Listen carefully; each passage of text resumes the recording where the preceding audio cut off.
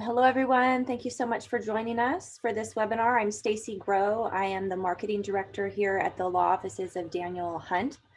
I want to let you know that we are going to be recording this session today, so it can be made available in the future on our firm's YouTube channel, which is called the Law Offices of Daniel Hunt.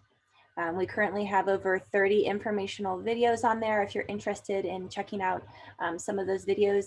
And I will also send a link to the recording once it's been posted. Let's go ahead to the next slide, Dan, and we'll get a few housekeeping items out of the way here at the beginning. I'm really trying to, and it's not, but let me try it again.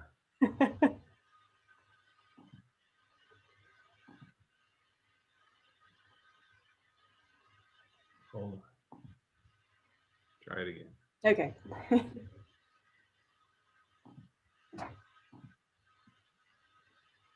We're still getting a few people logged on, so no worries.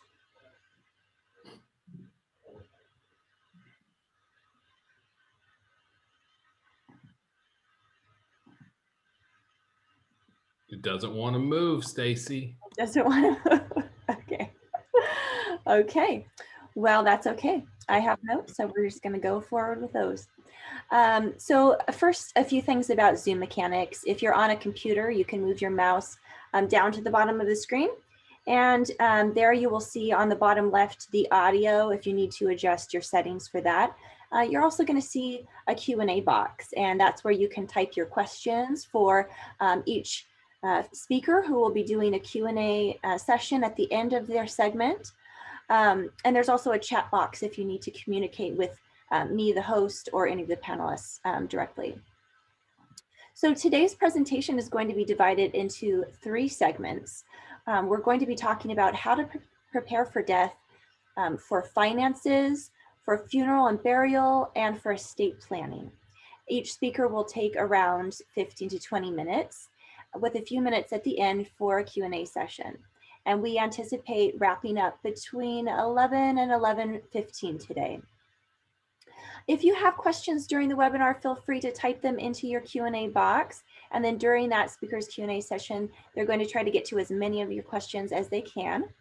If you do have a question that is very specific to your personal circumstances, we're also going to be sharing contact information at the end of the webinar so that you can reach out to any of the speakers for individual advice on these topics. So with that, I'm going to go ahead and introduce our 3 featured speakers. We have Brian Baker, who is the Director of Family Service at East Lawn. And we have Alex Brown, who is, and I don't have my slides up anymore, but Alex, do you want to say your title? Yeah, I'm a principal at CAPTRUST. Thank you so much. And Daniel Hunt is firm owner at Law Offices of Daniel Hunt and a certified legal specialist in estate planning, trust, and probate law. So with that, I'm going to go ahead and turn the time over to Alex. He's going to be our first presenter this morning. Great. Thank you, Stacy, for the introduction. Thank you, everyone, for joining us today. I should probably provide a little more clarification. When you first originally received the invitation for this webinar, my title was CEO and President of Genevieve Burford and Brothers.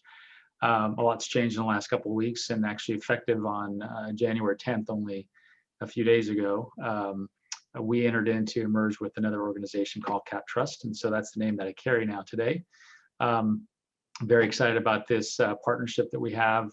CAPTRUST is based out of Raleigh, North Carolina, and it's been bittersweet for us because we have had the name for 33 years, Genevieve Burford and Brothers, well known in Sacramento, and it's bittersweet from the perspective of closing the chapter for our firm, but opening to be able to join a great firm that we hope that you will get to know someday, as you'll hear more of them here in Sacramento. So my job today is to share with you a bit about what you should be doing preparing for before death. Now, I am a planner by design, and planning is something that requires time.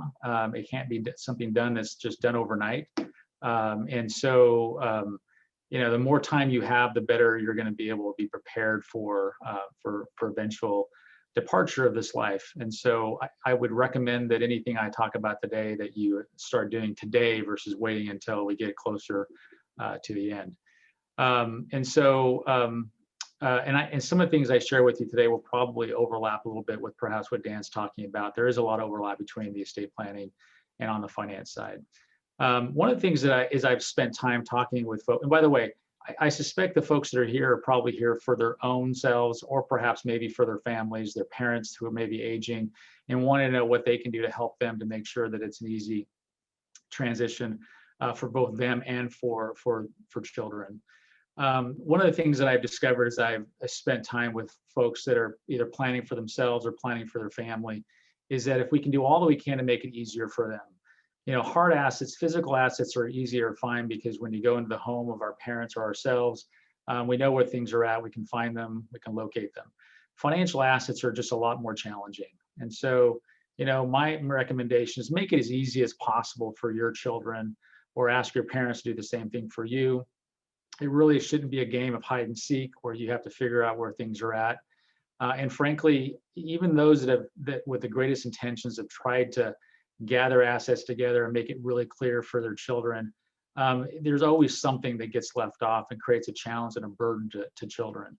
It's a lot easier. If you want to make it as easy of a transition for your children, take the time to take an inventory of all your financial assets, and even things that are valuable that are physical that you want to make sure get inventoried. It's not a bad idea to do inventory of your assets. And then obviously you want to secure them. Passwords are important, but if you don't provide a mechanism for your children to be able to access passwords, it'll be just as challenging for them to be able to know where to go. I'm a big fan of consolidation. I would recommend that you consider consolidating accounts. There's absolutely no reason for you to have 6 IRA accounts or various different, taxable accounts. If as you get older, even for your own benefit, just consolidate accounts. There's no reason to have more than you need. Frankly, if you're a married couple, you likely are going to have either an IRA account for each one of you, maybe a Roth for each one of you, and then one taxable account, hopefully in a trust that Dan's firm is created for you. Outside of that, there's really no more reason to have more accounts than that. Consolidation is a really important part of simplifying it, making it easier for family members. One of the things that I would really recommend is just check your beneficiaries, and it's really important to understand what kind of accounts actually carry a beneficiary.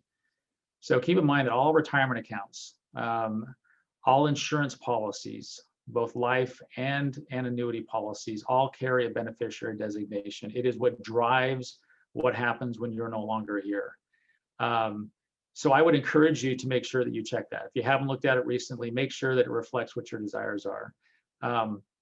Just keep in mind, you can have a trust established and have in that trust designated beneficiaries for that trust.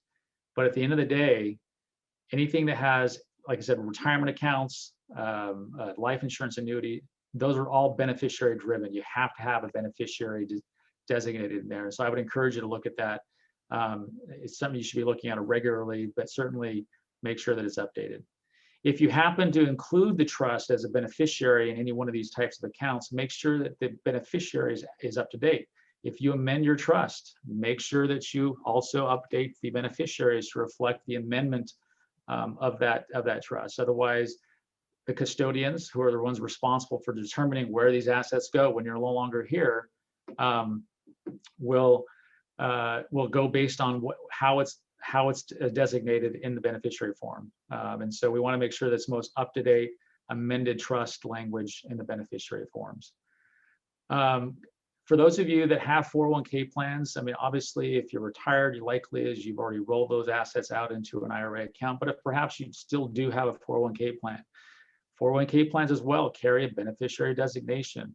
But keep in mind that most beneficiary designations for 401k plans happen to lie inside of your personnel file. And the employer will be required to distribute assets based on the last dated beneficiary form.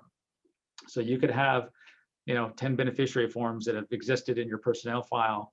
They're going to take the one with the last date. So just make sure that you have that updated and it reflects what you want. I've had too many times where people have ignored this step, and what happens is they end up leaving assets behind to someone they really didn't intend to do.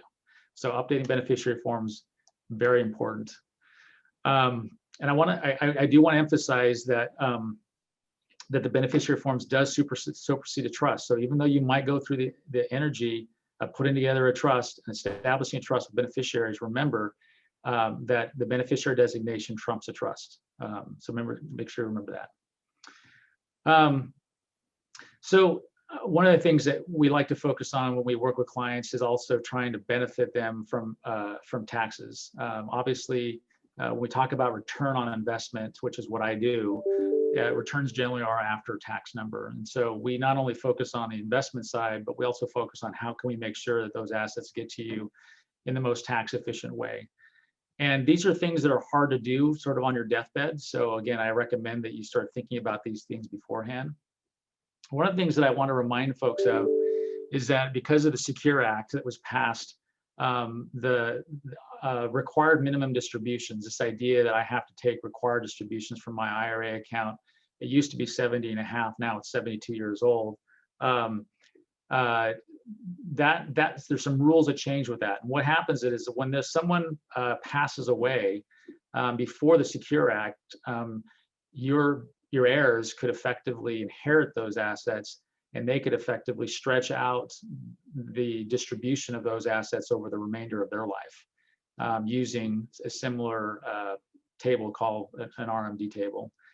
That went away with the Secure Act, which means that now if someone passes away and their beneficiaries inherit their IRA account, they actually have to take those funds out within 10 years. And so planning has become a really important part, because if you have a very large IRA account and maybe you only have one or two beneficiaries, it could be a fairly large tax burden to them if they have to take it out within a 10-year period of time. And so there's some planning that needs to be done in advance of that. One of the things that that I've shared with clients is that if you're okay with thinking about it from this perspective, I have some clients that say, hey, my kids are going to inherit my money, let them pay the tax.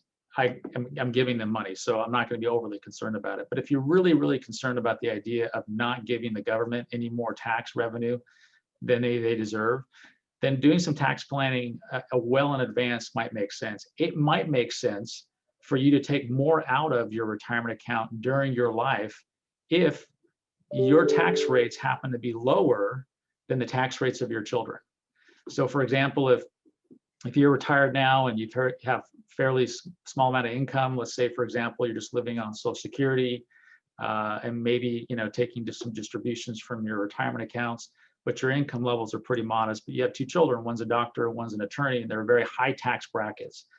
It might make sense for you to consider actually taking more than your required distribution from your IRA account, not necessarily spending it, perhaps just putting it into a taxable account, a trust account, getting taxed at a lower bracket than what your children would be if they were to inherit it, and moving those assets out of your IRA account or retirement accounts into a taxable environment. It's a strategy to be able to kind of, over the course of your life and your children's life, try to avoid paying more taxes than you need to. So something to think about. Speaking on the same topic of the Secure Act and the idea that retirement accounts will need to be paid out within a 10-year period of time, that is also applicable to Roth IRAs. Now, as you know, a Roth IRA is a tax-free account, assuming you follow certain rules. And so if the, with this change in rule, all beneficiaries or inherited beneficiaries will have to take their contribution out within 10 years, similar to a traditional pre-tax IRA account. The nice thing about that is that because it still comes out tax-free, the beneficiary, your children, can take it out at any point in time from the first year to the 10th year, and they can take it out all out in the last year of the 10th year. It just has to be distributed within 10 years. There's a lot of reasons to hold that out as long as you can, so that you can continue to get tax-free growth in the account. Very different from a traditional IRA account, where perhaps maybe I want to take it out over a 10-year period of time pro rata in order to be able to spread out the tax liability, because it could be a fairly large amount, that I have to tackle. In the case of a Roth IRA, it's very possible that I might wait until the 10th year. So these are things that you can instruct your children, or perhaps maybe even yourself as it relates to your parents, about how to distribute Roth money once there's a family member that's passed away. Likely is that if you're working with a financial advisor, it might make sense to look at things over the course of a 10-year period of time and decide, well, markets are hitting all-time highs. Perhaps this is when we take the Roth and distribute it to the beneficiaries, or distribute it out of the Roth IRA. Some flexibility there. But again, because of the Secure Act, we no longer have that ability to stretch that out. One of the things that I recommend is make sure that you're using your annual gift exclusion amount. So every year, each individual can gift up to $15,000 per year per person. So if I'm married, my spouse and I, we could each give $15,000 to our children. So that's $30,000 to our children. We have 2 children. We can give each $30,000 for a total of $60,000. So you can gift a lot per year using the annual gift exclusion amount. It doesn't apply at all to your lifetime exclusion amount. Totally recommend considering doing that. It reduces your estate, which for estate tax purposes is an important piece here. But it's also a mechanism by which you can transfer, start transferring some of your estate to your children. Remember though, the 3-year rule, there's a 3-year rule, that is that if you're towards the end of your life and you think that, time is short, the IRS will claw back any gifts that you give back into your estate within a 3-year period of time. So keep that in mind as you're thinking about gifting strategies. And then lastly, on the tax strategy, so don't die or let your parents die with tax losses, carry forwards in your, I shouldn't say carry forwards, but just tax losses. So there's no reason, if you have securities that have losses, those don't get to pass on to heirs. And so they're a real valuable asset. What happens is generally when someone passes away, your assets are either stepped up or stepped down to the fair market value. When you have appreciated assets, it works out very, very well, because let's say, for example, that I own, Apple today, and I bought it for, let's say, $10,000, and now it's probably worth $120,000. The nice thing about when someone passes away in current tax law, now that can change, is you would get a step up in basis, which means that at the time of death, the value, the underlying value of what effectively someone paid for goes from the 10,000 all the way up to the 120,000 in this case here, and we eliminate the capital gains. So one of the benefits of current tax law is that heirs do not have to pay a capital gains tax if their assets are stepped up at the time of death. The opposite happens here as well. As for example, I bought something for $120,000. It's now worth $10,000. And I'm still alive. There's no reason why I shouldn't sell that asset today, take my $100,000 loss that I have, and use that to offset gains in my own life today. Because if I were to pass away, that asset's going to be stepped down to the fair market value, and I lose that loss, that capital loss. So definitely look at that and make sure, are there losses in my portfolio or my parents' portfolios today? Absolutely start looking at taking and harvesting those today, so you can offset against your gains. Just a couple more things, because I know I'm up on my time here, if you're not familiar with transfer or death designations, these can be used in lieu of a trust. Obviously, I recommend that you establish a trust if you have taxable assets, something that Dan's office can help you with. The TOD, they call it a transfer on death designation, is a good tool to use for example, bank accounts, smaller accounts that perhaps you don't necessarily want to put it in the trust. It can create some complexity being in the trust, but you also want to make sure that if something were to happen to you, that that your family members can basically get to it. And a transfer and death designation works pretty well. So it's essentially like in your name as an individual, or perhaps maybe it's in a joint name with you and your spouse. And then there's a TOD, a transfer and death beneficiary, essentially attached to the actual account that says, if something were to happen to me, this now belongs to so-and-so, or maybe a split between two people. It's a nice way, it's almost like a beneficiary designation for a taxable account, and they're becoming more and more commonly used. Another thing that I recommend if you don't have in place is what they call a trusted contact. So most of the custodians out there, the larger financial institutions, are requiring a trusted contact. This is a really important piece that's been more commonly used in the last, really 15 years, as we've seen a lot more on the elder abuse side, but also just simply because, as people get older, perhaps they don't have family close by. The trusted contact is a great tool for where either the financial advisor or the financial institution can reach out to someone and say, hey, I just spoke with Mary. She's not making a whole lot of sense. I just want to make sure she's okay. Can you give me any information? Can you confirm that she's doing all right? It's a great tool. It doesn't give you anything more than just being able to make a phone call and confirm someone is okay. It doesn't give them any power of attorney like you would with a traditional power of attorney. They can't get access to your account. It is simply just a mechanism by which the financial institution gets confirmation about the condition, your condition. And so I would recommend that you consider for sure, certain, if you have older parents, making sure they add, likely a trusted contact should be someone that's within physical proximity to them so that they can check in on them and see how they're doing, versus maybe making it a child that lives in a different state. And the last thing is just a reminder, 2020 was obviously, as we all know, was an interesting year. We are now in 2021, we're under a new administration. We have Congress now is controlled by the Democratic Party. We don't know where tax laws are going to go today. But we know that today the lifetime estate tax exclusion amount is $11.7 million for an individual, for a couple 23.4. Largest that we've ever seen, and we don't know where this is going to go under current tax law that will expire at the end of 2024, but there's possibility that may change. We have a lot of clients that are considering, that have large estates, considering potentially doing some gifting using that lifetime exemption amount today before perhaps they may lose it. Dan might talk a little bit more about that, but I just wanted to make sure people were aware. There may be some reasons to do some more significant estate planning around your financial assets in advance of perhaps a change to those laws. So with that, I'll open it up if there are any questions. I don't see any here, but I don't think if anyone has any questions, are more than welcome to submit them. I'm more than happy to answer them for you. Thanks so much, Alex. That was a lot of great information. We are really excited to be able to connect our clients with so many extremely knowledgeable people from their different industries. Oh, we do have a question that just came in here from Jennifer. She wants to know, what's the difference between POD and TODs?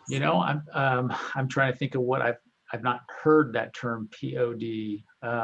Perhaps maybe there is none. Payable on death and transfer on death. It's the same. Oh, okay, gotcha. Okay. Perfect. Yes. Okay. Yeah, it's same terminology. Thanks for clarifying.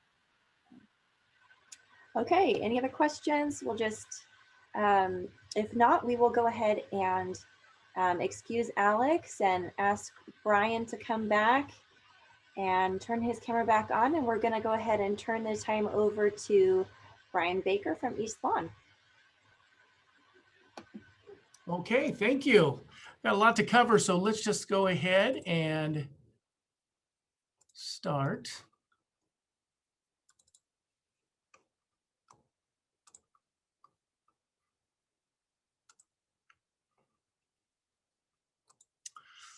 Okay, so today we're going to talk about East Lawn Cares, the funeral profession explained.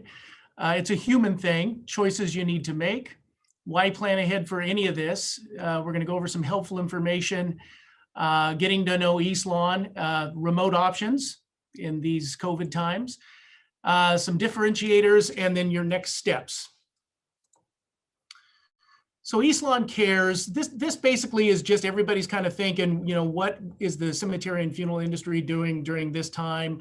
Well, what East Lawn is doing is we are still allowing arrangements, anybody that's interested in pre-need. We're still allowing the typical personal appointment. We do request that that is done by appointment, and when you come to the doors, you would be asked a series of questions, then you're admitted. We do limit the amount of families that come in for personal appointments to rooms, to as many as we can safely accommodate. So we strictly adhere to the distancing protocols, the 6 feet, wearing masks and all that kind of stuff. All of our arrangement rooms are cleaned and sanitized between every guest. Anything that is personally touched, pins and items like that, are completely sanitized or renewed. What we've learned during this process also is because we've bounced from being able to do no gatherings whatsoever when this first started to a reduced amount of people that could come into our chapels, to nothing inside and then gatherings outside. And what we've learned from this process, as you can see by a few of these pictures, is we have pivoted pretty well. We've found some beautiful spaces in each one of our parks where we can set up and have outside gatherings, because gatherings are so important. And during the summer months, it was beautiful. And as it started to get cooler, yeah, we've equipped ourselves with blankets and heating elements, as you can see here, and hand warmers, all kinds of things, just to make our families feel comfortable. This next page here is just another example of our pavilions that we have services under. And then in Elk Grove here, we have actually services where they open up the door of the chapel. They can actually do viewings and then have the families under these awnings there. This has become so popular that this is something that even when this crisis ends and we're able to do inside services and all of that, we are still gonna give the option of doing these outside services. It's been well received. There's things like dove releases that can be done outside that cannot be done, of course, in a chapel, stuff like that. So it's just one more thing that's been added to what we're doing. The funeral profession explained. So there's two distinct but separate parts to the funeral profession. So there is the funeral home mortuary side, and then there is the cemetery or memorial park side. Funeral and mortuary, that's, who picks the decedent up, brings them into our care, does the embalming, dressing, casketing, arranges the services, all of those things. The cemetery side is where you're going to be placed, what kind of disposition, memorialization, all of those things. So the easiest way to look at that is this is a circle of protection. So this green area over here is your cemetery side. So if you're pre-planning these things, you need to purchase your property. If it's at a ground interment, some kind of a vault that the casket or urn would go into, your memorial or monument, opening and closing and admin fees and those kind of things. And then you've got your funeral side. So what kind of a gathering are you going to have? Your casket or urn, those kind of items. Until all of these pieces of pie have been taken care of, you're not fully protected. So think of the cemetery as the where side, where am I going to be placed? And think of the mortuary side is the how is that day going to look for my family? So gathering after a death is a human thing. It establishes significance for both deceased and those left behind, allowing recognition of an event that changes our lives forever. It's a social response. It provides a safe environment to grieve. Very, very important. And then also remember that funerals are for the living, not for the dying. So in pre-planning your funeral, especially with men, I find that a lot of men, they're like, well, I'm not going to go anywhere. Just, if I do die, just cremate me and do whatever. Well, no family member is going to just cremate and do whatever. It's for the living. They want to remember you and they want to grieve appropriately. So, and then being present with someone while they grieve is the best gift you can give them. So true. Choices you need to make. There's two main choices. Disposition, which is your final placement of the casket or urn, and then 2, the type, location of gathering or funeral service. And then that's, what do you and your family want this day to look like? So earth burial, very popular selection, still probably the most popular. And then proximity to a loved one is definitely preferred. So here's some pictures of each, couple of each one of our parks here that give an example. If for some reason, one of the first questions we will ask is, is proximity near a loved one? Do you have any family here that you would like to see, that if we can find space that's near? And if they do, that usually we will do a space assessment and find out exactly what would be the closest property. We can actually do that at any time. If somebody was to call one of our facilities, we can do what's called a space audit and locate the closest spaces to a loved one. And we can do that, and we can actually do that. We've got, which you'll see a little bit later on, we've got mapping software where we can actually send an email of exactly where that's at, or we can actually do a Zoom appointment and kind of give a tour of exactly where everything is at. With ground or earth burial, you can do full casketed, or you can place cremated remains in a full ground space as well. So a lot of different choices with earth burial. Entombment. So this is a picture here of our downtown facility. These are the inside crypts. Entombment, placing a casket in the crypt is one of the oldest forms of disposition. If you think about it, Jesus was entombed, the Taj Mahal is a tomb, the pyramids are entombed. Some of the benefits is they can be indoors, which gets you out of the elements, or outdoors, providing a more natural setting. These are some pictures here of some indoor and outdoor mausoleums that we have at each of our locations. Kind of gives an idea. And then here to the left, this is lower left, that's William Land of William Land Park fame. That's his private mausoleum that's at our downtown facility in the Fab 40s. We still do quite a few of these little private mausoleums. Those can still be done. So that's not a thing of the past. Cremation. So cremation is the part of the process and is not the final disposition. And so cremation itself is just the process of cremation. A lot of people will call up and want to know, how much is a cremation? And we don't know exactly what they're thinking. Cremation itself can be a cremation take home, or a cremation can be cremation as part of the process, but you still have a full gathering, and we'll get into a little bit of this. One of the things that needs to be considered, this is actually the Department of Consumer Affairs Guide that talks about all the laws that pertain to funeral and cemetery purchases. And it states here in the guide, as far as retention at residence for taking cremated remains home. So the funeral establishment or crematory will have you sign a permit for disposition showing that the remains were released to you, and will file it with the local register of births and deaths. You may not remove the cremated remains from the container. And then here's the biggie: you must arrange for their disposition upon your death. Does everybody do that? No.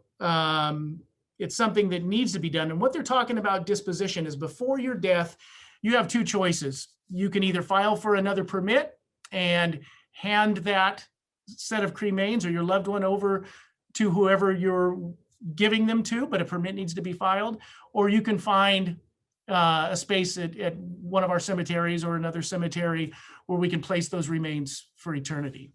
So you need to think of where will that urn be 10, 25, or 50 years from now? And will those people even know who your loved one is if we keep passing that on?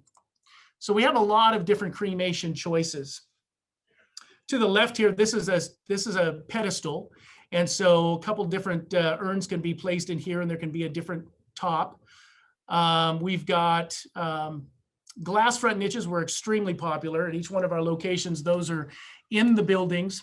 And these are really popular because you can place, it's kind of a dynamic item. So you can place pictures, you can tell a story of your loved one's life.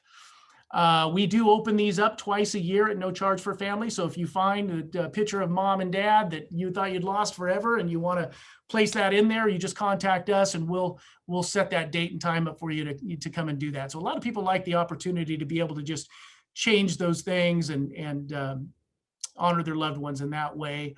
We have specialty urns. We've got urn gardens where we have different size pedestals. And then we have jewelry and keepsakes. A lot of people, when they cremate, maybe some of the family members want to carry a little bit of the cremated remains around. So there are all kinds of different choices there. So any type of casket or urn placement can have any type of gathering or service. So you can have a visitation, private or public, prior to the funeral or gathering, followed by a cremation or burial. The funeral service with casket present. And if it's a cremation, the casket can be present, and then the cremation would happen after the service, and then the placement after that. Memorial service without casket present. So the cremation could be done ahead of time. The urn could be there as the memorial service is happening. And then memorial service with an urn present, which is kind of just what I said, in a location of your choice.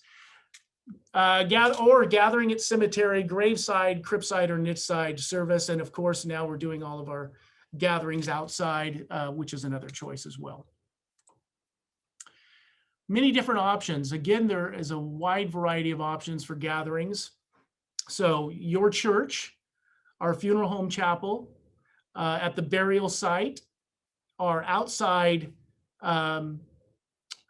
choices that we have at all of our locations. There's also a wide variety of facilitators. So there's clergy in accordance to your personal beliefs. And then we also have celebrants, which are professionally trained to deliver a customized presentation, often called a celebration of life. And these celebrants do a very good job in helping everybody in attendance start the healing process. They're very popular. Why plan ahead for any of this? So the gift of your decisions, emotional value, financial value, and peace of mind. So you make the decisions so no one else is forced to. So it's estimated that there's over 100 decisions that need to be made at the time of death, at least. This is just kind of an example of just a few of them. All your funeral home service decision, whether you're going to have a visitation, where you're going to have the service. Is it going to be a celebration of life or a memorial service? The memorialization, where the burial space is going to be, what kind of disposition it's going to be, ground or crypt or cremation, goes on and on. An easier way to actually visualize this is this screen here. I know you probably can't read all of this, but you can probably see the check marks off to the side.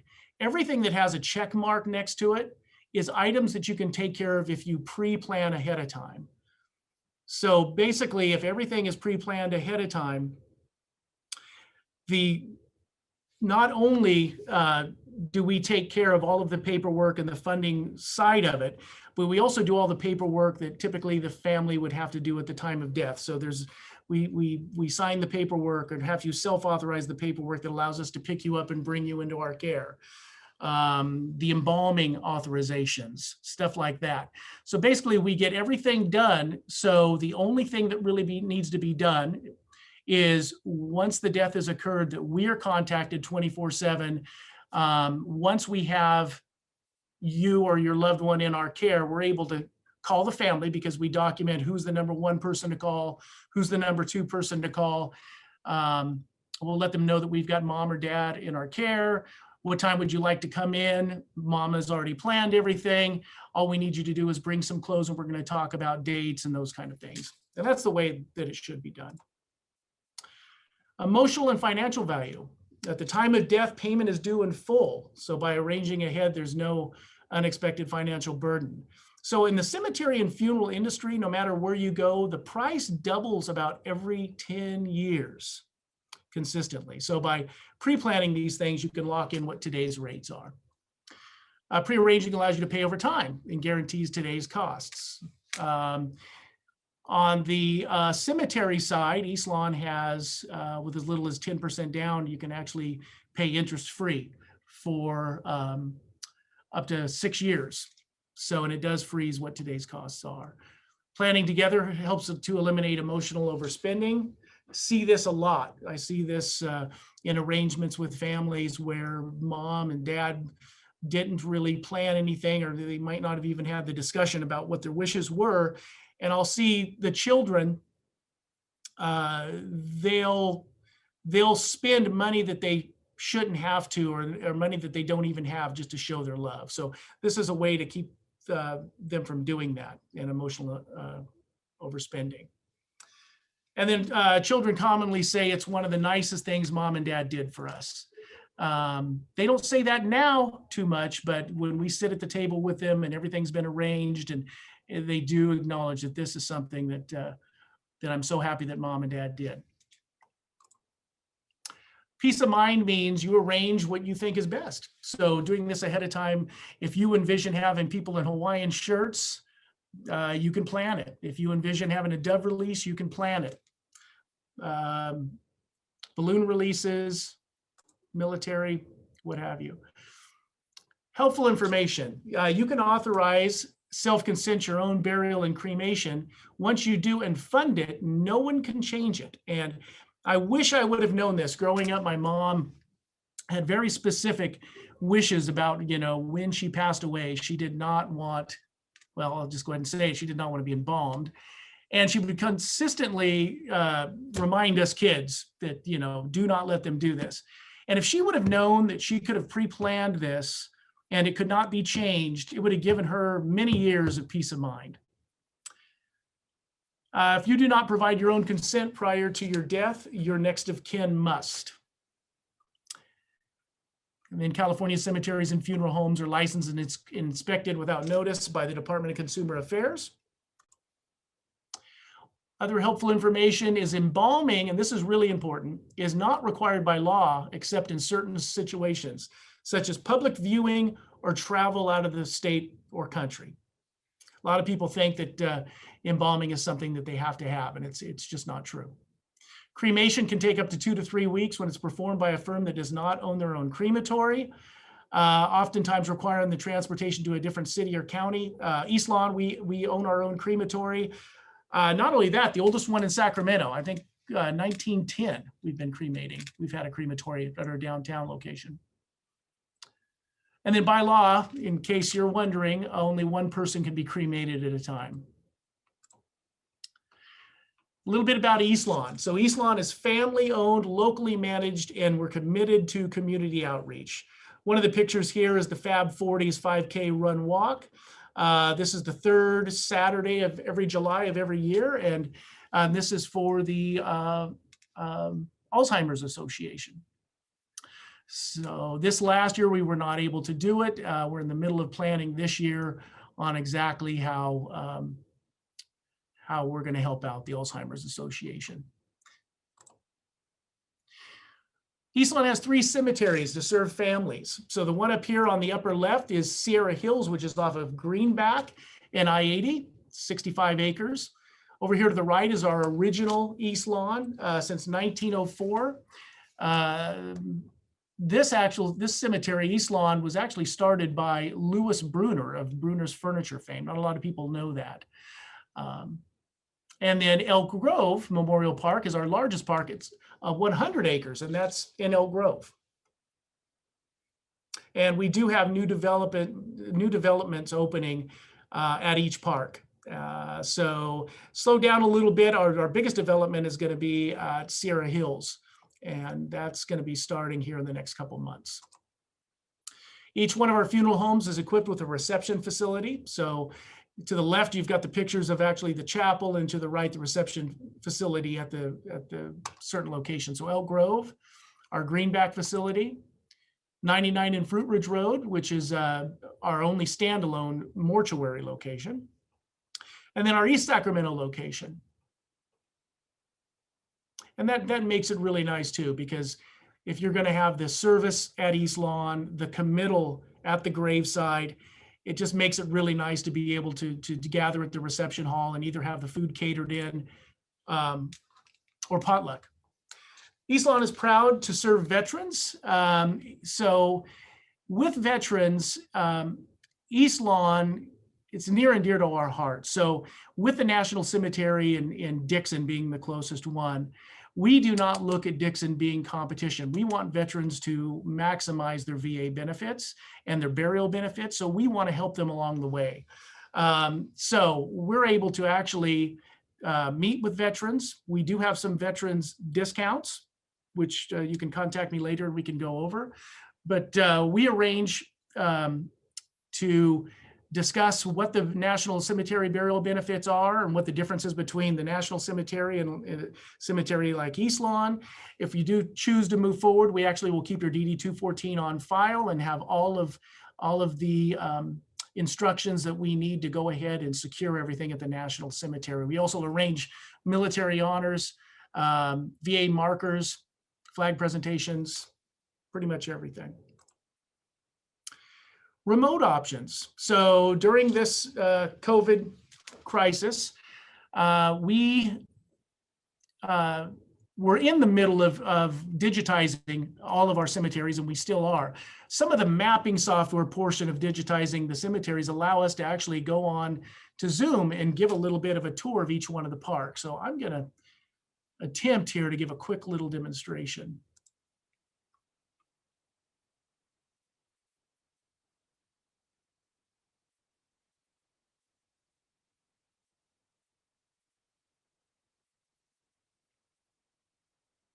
And I'll make this quick. So if we were on Zoom and I knew that you had family members that were in a certain part of the park, I could just zoom you right in to that particular area, show you what's available, where loved ones are. If you wanted to see what our chapel looked like, I could zoom out, come right over to the chapel. You'd be able to see what that day would look like. And there we go, all of that. So, and we can get pretty darn precise with all of this.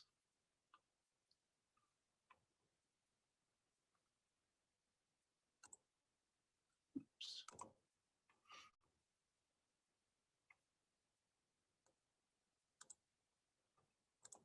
There we go. And then differentiators.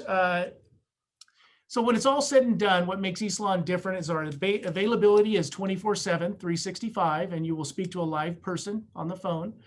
We offer guaranteed funeral plans. So that again is a funeral plan where you can plan what you want that day to look like, exactly what the items are that you need, from a casket to an urn, everything else. And it's guaranteed to lock in what today's rates are. We're the only private family-owned, we are a private family-owned local company. We own our own crematory, and we maintain 100% of custody of your loved one. First crematory established in Sacramento, founded in 1910. We offer no interest options on pre-need property purchases. We do have certified celebrants on staff, managers and staff expertly trained and certified. We are committed to community outreach. East Lawn funds, our East Lawn cemeteries have endowment care funds to maintain them long into the future. So with endowment care funds, every property that's purchased at an East Lawn facility, there is an endowment fund. There's 12% that's basically attached to the property price that goes into a perpetual care fund that it maintains the beautification and the property for perpetually, forever. So that's good to know. We are the winner of the ACE Award, American Cemetery Excellence Award. This is an award that was awarded to us in 2012, and we were voted on by over 13,000 cemeteries nationwide. And that's it. And so with appreciation, your next steps, if you are interested, would be to make an appointment with a family service counselor to talk about your specific wishes. Thank you. All right. Thank you so much. You know, I learned a lot from that. And there were a couple of questions, but in the interest of time, Brian, if I could have you type the answers Sure. down in the Q&A, that would be perfect. And then we can go ahead and give Dan a chance to get started on his section. Perfect. Let's see if this works. Fingers crossed. Can we see that? Yep, we can. Oh my goodness. Okay, let's see if it actually moves. Look at that. We're back in business here. Okay, so these are the slides that you missed earlier. The two really handsome guys and then me.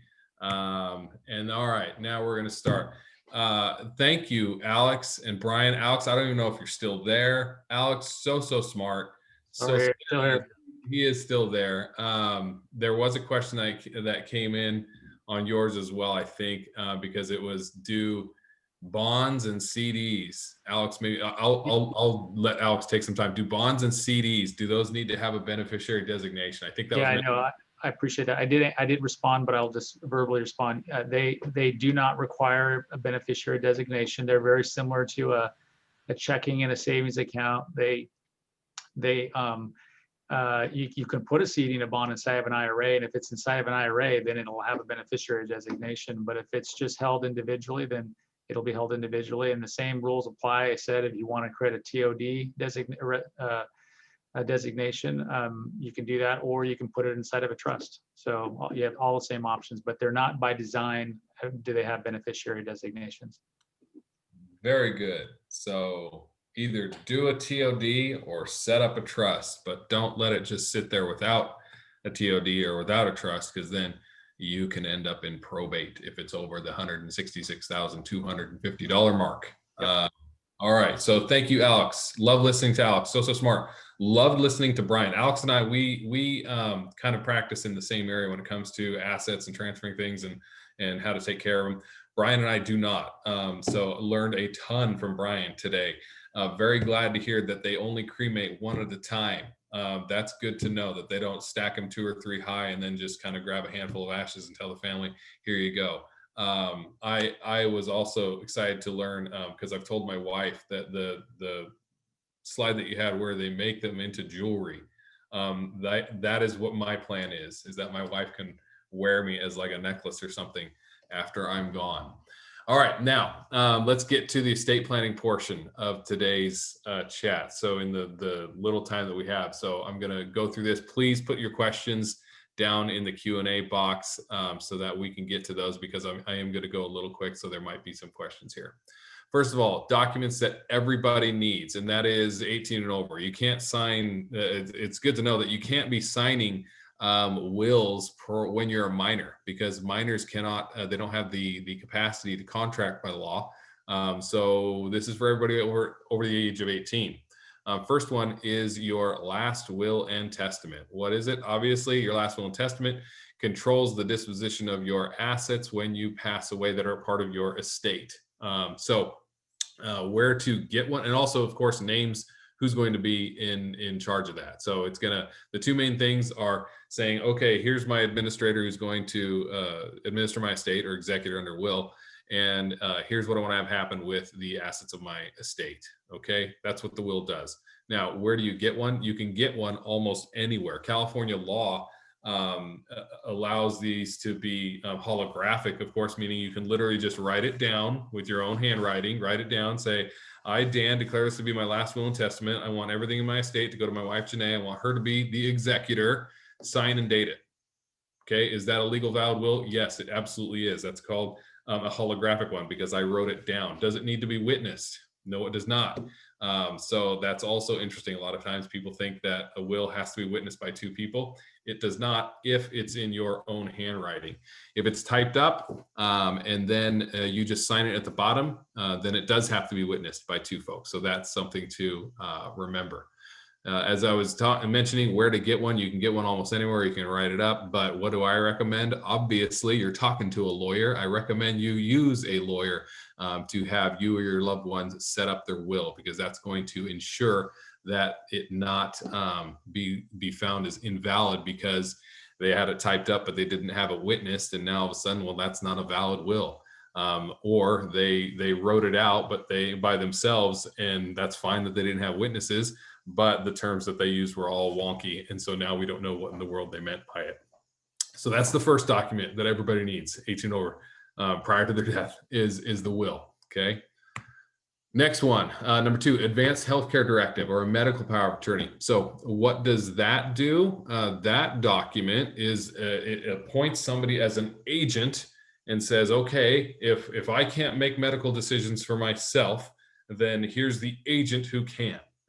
And then it also lists in that document your preferences for your health care. So whether you want to receive life support, whether you want your organs donated should you pass away, whether you want pain medication, all these things that it outlines your wishes, and then it appoints an agent to carry those out if you can't. So that's what the Advanced Healthcare Directive does. It literally just deals with your person in case of your incapacity. And where to get one, once again, you can get one online. You can get one at probably at Office Depot, these kinds of places. But again, where do I recommend you get one? Go talk to a lawyer to make sure that it is done correctly. So check with your local estate planning attorney. Third document that everybody needs prior to their death is a durable power of attorney or a financial power of attorney. So what it does, it is the mirror image to the Advanced Healthcare Directive, because the Advanced Healthcare Directive only deals with your body, your person. The financial power of attorney deals with everything else, all of your finances, all of the contracts that you may be a party to, everything under the sun that is not your person, okay, everything else. So they can sell your property, they can transfer your property, they can trade your property, they can spend money from your account, all those things, assuming that you gave them that power under your power of attorney. Now, they can be very, very specifically tailored, of course. You can have a power of attorney where I can give a power of attorney to Alex to only invest in Series EE bonds, whatever. I could write that in there.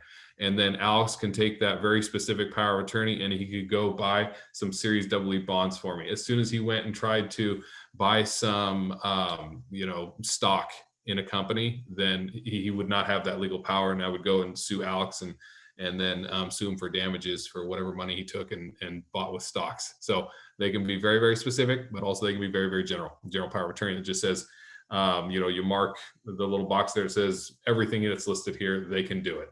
My agent can do that for me. So same thing where to get one. You can get them almost anywhere, but what do I recommend? You obviously talk to a good estate planning attorney to make sure it's done correctly, that you are not giving powers that you shouldn't be giving to anybody.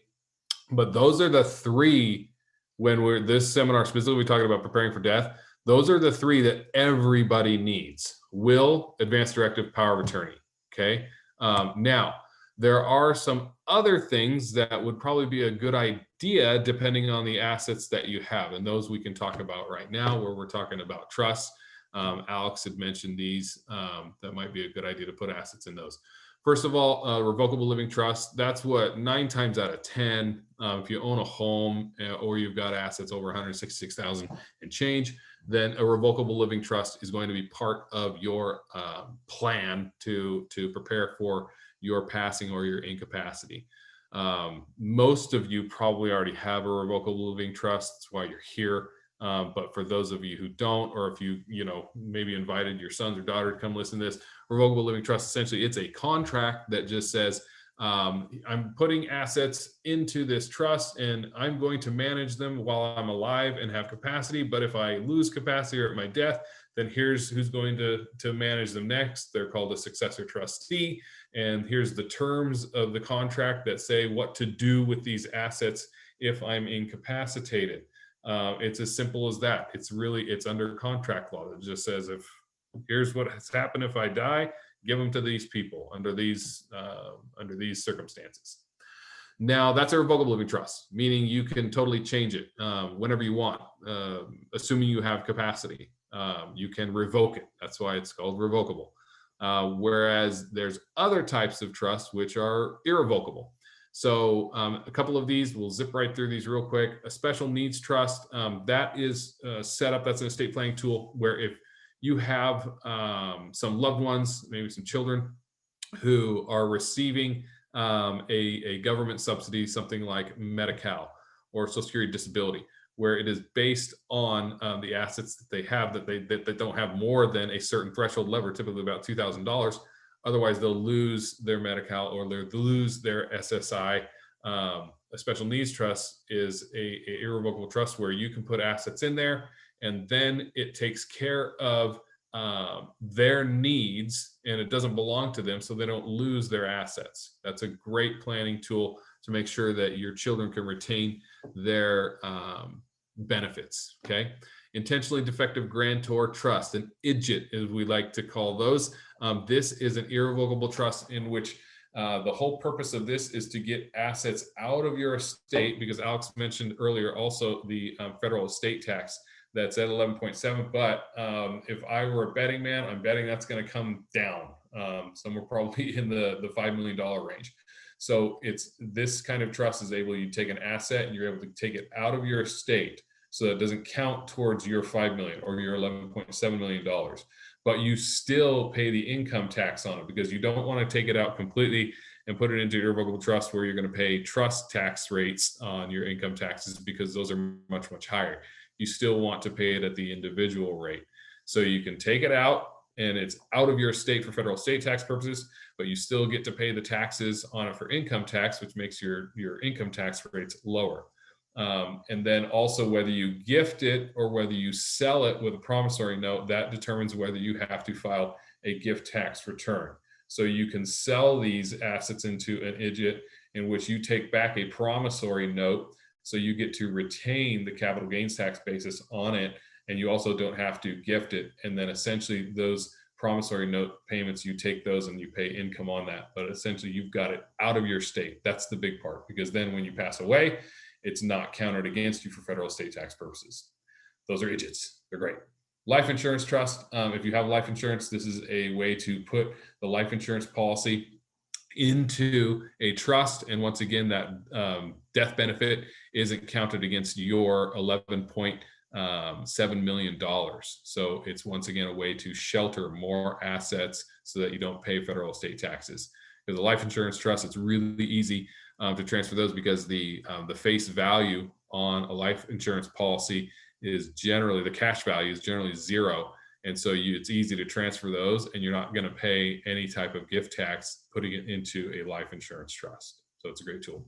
And then charitable remainder trust, also great tool here to get assets out of your estate, to transfer wealth with less taxes. The theory here is that you can take assets and put it into a trust, and then you receive actually payments during your lifetime on the assets. But then when you pass away, whatever's left is left to a charity. So it's a great way to, because by gifting the property into the charitable remainder trust right now, you get a big tax deduction right now, and then you still get income from that trust. But then when you pass away, once again, whatever's left in there, it is left to charity so that it's not counted against you for federal estate tax purposes. All sorts of wonderful planning tools that we have there. Okay, so some common pitfalls and how to protect against those. When you think of, okay, preparing for death, how can I prepare for that? What are some things I should not do? First of all, do it yourself, estate planning. This is what keeps me very, very, very, very busy litigating, is people who tried to do it on their own and they messed up one word, maybe a couple words, and now all of a sudden we're into six figures of litigation because that was what was determining $1 million asset or even a couple $100,000 asset going to Sally or going to Fred. So try not doing it on your own, doing your own amendments. I highly discourage my clients from doing that, to the point where most of our documents now, where it says, here's how you amend this trust, it says in there that it has to be approved as a form by an attorney. So you can do it yourself at home, that's fine, but you've got to have at least reviewed by an attorney. And that attorney says, yep, I reviewed this and I approve that form of the amendment. And then also avoiding do-it-yourself trust administrations. Well, you personally can't do your trust administration because you'll be dead, but your children or whoever you've selected, them doing it just on their own without the assistance of an attorney, we don't recommend that because the probate code and these trusts can be extremely complex. And if it's not followed, then you can end up with beneficiaries being upset at the trustee and what they did.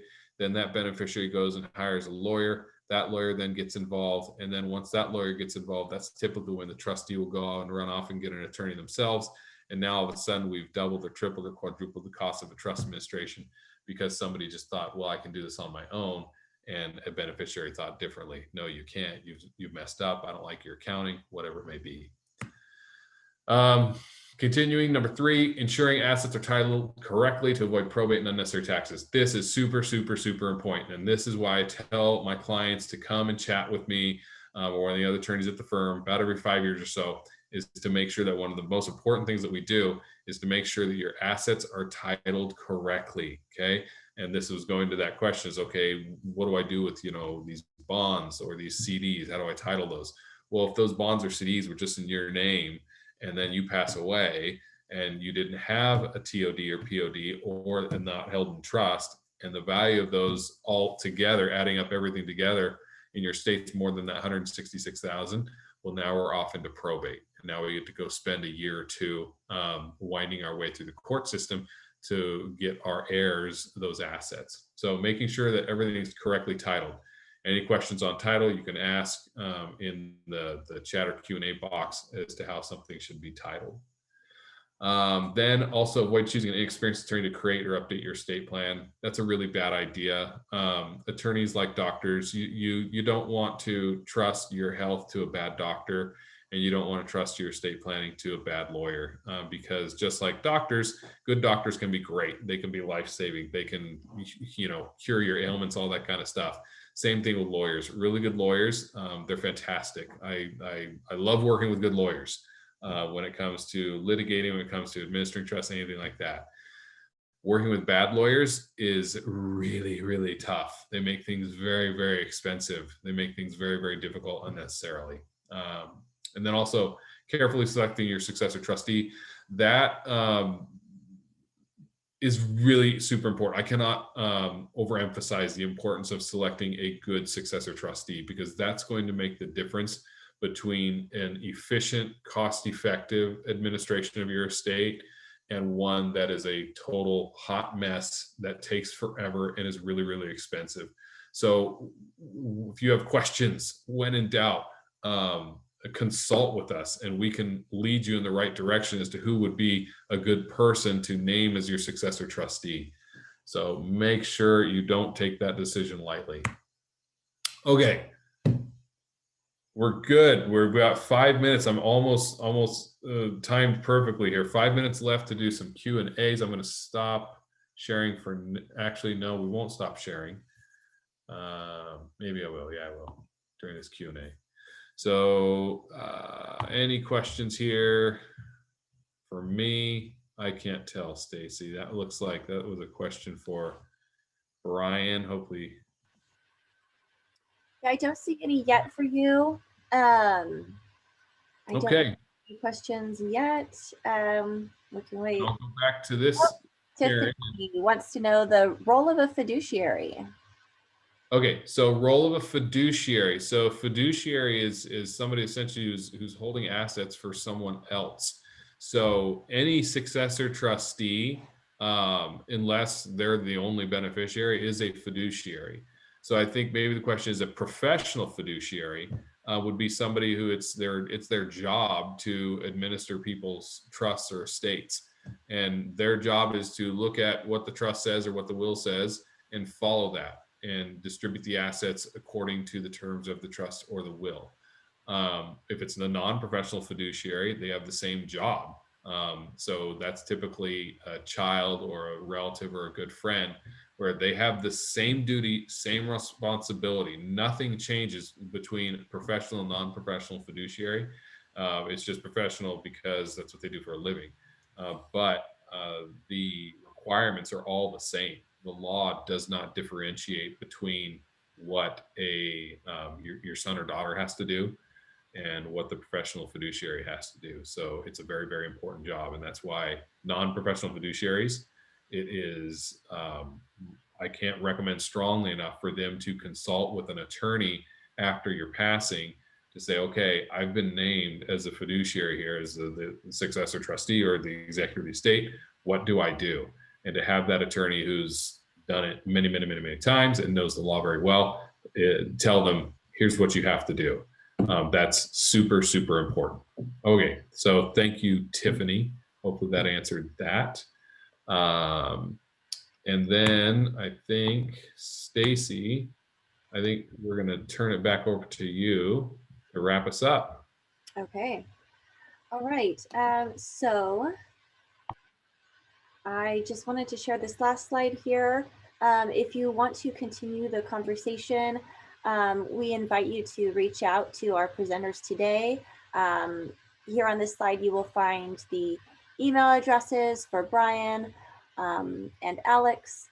Also, if you are a new client to our firm, you can contact us for a no-cost consultation with an attorney. We do have virtual and telephonic consultations available at this time.